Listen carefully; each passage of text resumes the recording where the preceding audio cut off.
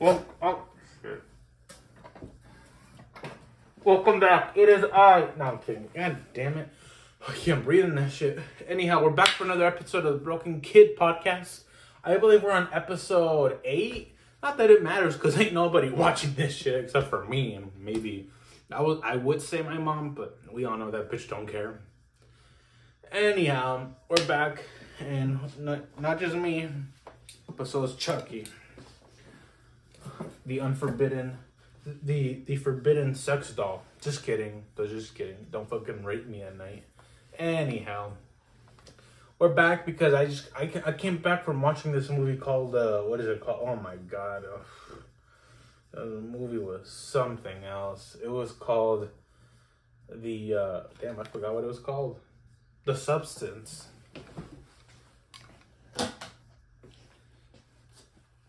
Well, let me tell you, this movie is something else. It's crazy. So first of all, Demi Moore is in it, right? And here's the funny thing. So I go to the reception at the movie theater where you go to buy tickets, the ticket concession area. And I say, can I have a ticket for the 7 o'clock showing of the movie with called the Substance? And he's like, and I say the one with Demi Moore. He's like, Transformers? No, not Transformers. When the fuck has Demi Moore done any of that? Fucking animated bullshit. And then here's the other thing. In this movie, god dang it, they laid on thick with the nudity in here. There's nothing but breast, even towards the end. But when I tell you that, so first of all, I feel bad for Bruce Willis because he's forgotten how she looks, and because Demi Moore looks very pretty, and she puts the more in Demi Moore because once you see her naked, you're gonna want more. And second of all, that young girl who plays the young version of her is something else too. But there's a lot of stuff that does not get to me when it comes to horror movies, and this isn't really a horror movie. This is more of a thriller. Mystery sort of thing, more so thriller and suspense. Not so much mystery, yes, but not in a detective kind of way.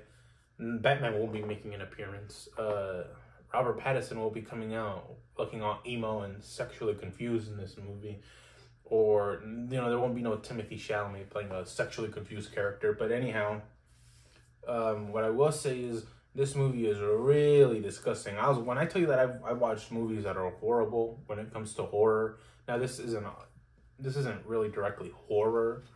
How this movie sets itself apart from other movies is that it's able to do something really crazy, or something rare, I should say, where it's able to take the bad things that happen to a character and make them matter. Because so many times in horror movies, you watch a horror movie. You can take like the Scream movies, and they're good movies. They're campy and cheesy, but they're not typically regarded as profound movies. In this one, it's almost like some sort of commentary on how people view themselves and how the world, how everyone values these vain things. It's such a good movie that I'm kind of serious talking about it. Normally, I'd be talking about a movie. I'd be talking about dick and vag and clitoris and all this shit and all this stuff that you wouldn't want if you were a celebrity to come out. But thank God I'm not a celebrity, because only 0 people are watching this. But it sets itself because you see these characters who, she's famous. Demi Moore plays an act. She plays a fitness guru who is pretty much kind of what's the name of that lady? Jillian Michaels, the workout lady.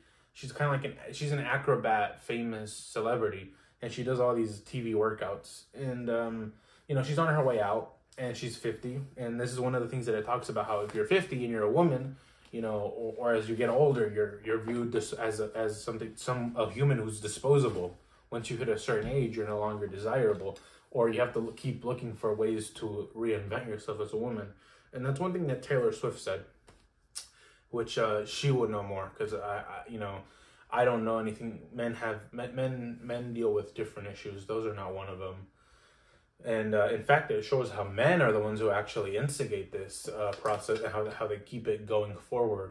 And there's a character played by Dennis Quaid who's actually the personification of of many horrible things that a man can be, he is a lot of that in injunction, all in one person. And you come to realize that, you know, she really has put a lot of value in how she's viewed, not so much her traits that go on. She doesn't truly believe that she can be caring, kind, generous. She doesn't believe that those are things that people would value. So why would she show those things or nurture them? And this is very relatable because there's a scene in there where she's practically wiping all this stuff off her face, and she goes into a change for multiple times before she's getting ready for a date. And that is something that I think men and women do alike, maybe in a different way. But I think there's been times in any day where people put a shirt on and it was a shirt that looked good on them before, but now it's just not looking the same. So they go and they try something else, and they're like, well, this will do. And as they're on their way out, they get a glimpse of themselves in the mirror. And they're like, no, I'll go back to the one I was wearing before. That doesn't work. So then they just end up changing a completely different outfit, and they just end up leaving. But it really does focus on the aspect of vanity. But she ends up giving birth to like a younger self pretty much because of the serum. And this serum, it's crazy because here, look, I'll tell you what. She practically gives birth to a better, younger, more beautiful version of herself, which we both know that's a lie. We all know that's a lie. Demi Moore is very hot. And again, it's a shame. Hashtag it's a shame Bruce Willis has, I think, asphasia, where he forgets how to speak now. And what I was going to tell you is that this is just crazy because she gives birth to the younger self through her back. But we get to, you can't have both the younger self and the older self. And this is really more so a metaphor, but she's really the epitome of the inability to transcend her ability to let go of what other people think, to see that, hey, I am aging, but aging doesn't necessarily mean that I can't have fun, that I can't go and accomplish more, or that I have to identify myself based on what other people say that I should be or that I am. Not to say that just because you've done certain things that it's going to negate what other people say, but sometimes it really does draw light to the notion that we don't give ourselves credit always. We're so quick to have someone lay something on us, a preconceived notion, and we're so quick to latch onto it that we don't try to counteract it or create any opposition to it in a way that can be, we don't reframe how their opinion may be just an opinion. It doesn't have to be factual. We've done all these things in our life, but one person comes along and it can just wither that all out. And that's one thing that I was just fascinated by.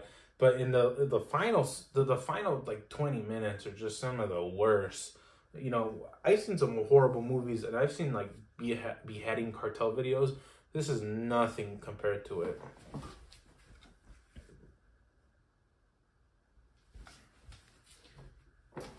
And then it really goes to show about how in life you can't really have everything, which is something that is, there is no, you kind of get at least I got the feeling early on that there was no way this was going to end well. And also it has that whole, how when you're young, you're very careless, very carefree. And sometimes that's okay, but it's like the fine line between,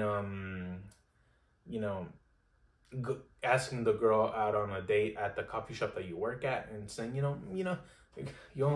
it's okay, she might say yes, she might say no, but have fun. And then the difference between that versus, it's the 8th time that I've already gone to the casino this month and I've already spent $1,000. I'm gonna go again. That's the difference. It's the difference between where is it actually harmless and where is it harmful. And it really goes to show how humans kind of have this ability to this inability to not give in to things that seem good or things that they know could be wrong even when they've seen it go wrong and they want to do it again. They negate that they've already seen the consequences once. If they do it again, the consequences may be the same, if not even worse. the ramifications of their actions might be worse.